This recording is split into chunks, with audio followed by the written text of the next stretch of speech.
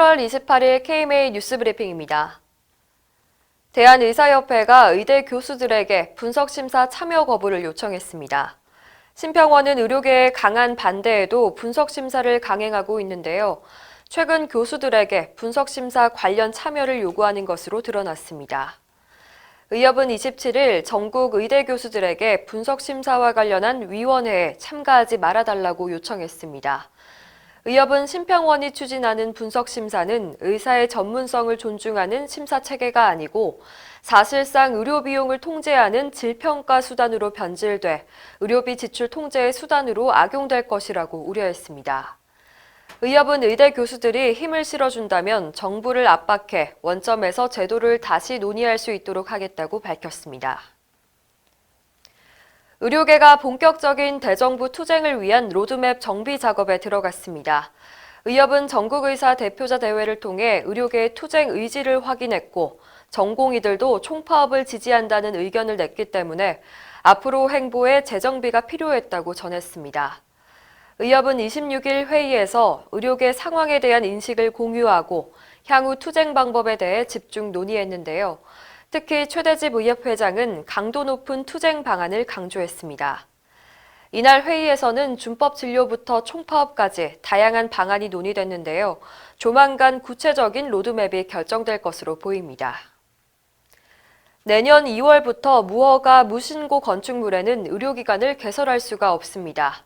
밀양 세종병원 화재 사건의 재발을 막기 위해 정부는 이 같은 내용의 개정 의료법을 공포했는데요.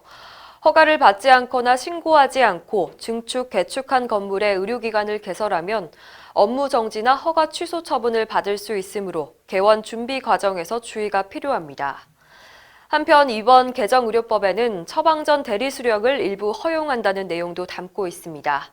처방전 대리 수령은 원칙적으로 불가능하지만 환자의 의식이 없거나 거동이 불편한 경우 환자 가족들을 통한 처방전 대리 수령을 허용합니다.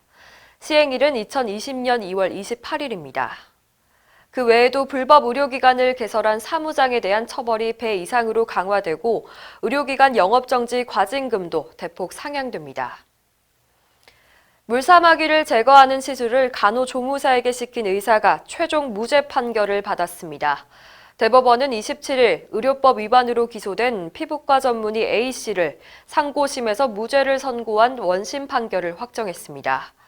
앞서 검찰은 2016년 9월 A씨가 의사가 아닌 간호조무사 B씨에게 환자의 물사마귀를 제거하도록 한 것은 무면허 의료행위에 해당한다고 기소했는데요. 재판부는 의사 A씨의 일반적인 지도 감독이 이뤄졌고 의사가 간호조무사에게 제한된 범위 내에서 진료에 보조 행위를 하도록 지시하거나 위임할 수 있다고 판단해 무죄를 선고했습니다. 원심 판결에 이어 대법원 또한 의사의 지시하에 물사마귀를 제거한 것은 진료 보조 행위에 해당한다며 무면허 의료 행위가 아니라고 판단했습니다. 이상으로 뉴스브리핑을 마칩니다. 자세한 사항은 의협신문을 참고하시길 바랍니다.